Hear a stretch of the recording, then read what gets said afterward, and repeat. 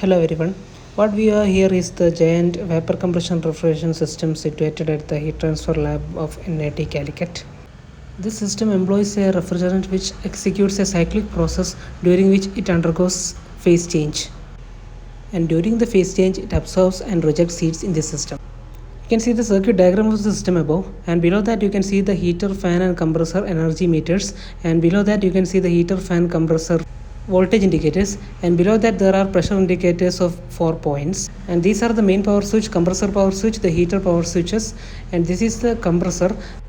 The refrigerant comes from the evaporator to the compressor, and from the compressor the refrigerant passes to the condenser, and above the condenser you can see the temperature measuring by the thermocouple, and from the condenser the refrigerant is passed to the receiver, and from the receiver only the liquid refrigerant is passed to the expansion valve, and from the expansion valve the refrigerant is expanded and it is passed to the evaporator.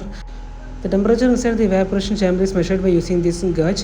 Inside the evaporation chamber there are heaters placed. These heaters produces heat. During steady state, whatever the rate of heat or the heat per second produced by the heater, that much rate of heat is absorbed by the evaporator or the refrigeration effect. That is, we can measure the refrigeration effect by measuring the power output from the heater, and also we can measure the work done by the compressor by the energy meter reading of the compressor.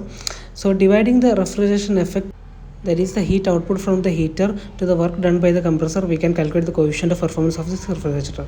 Thank you for watching.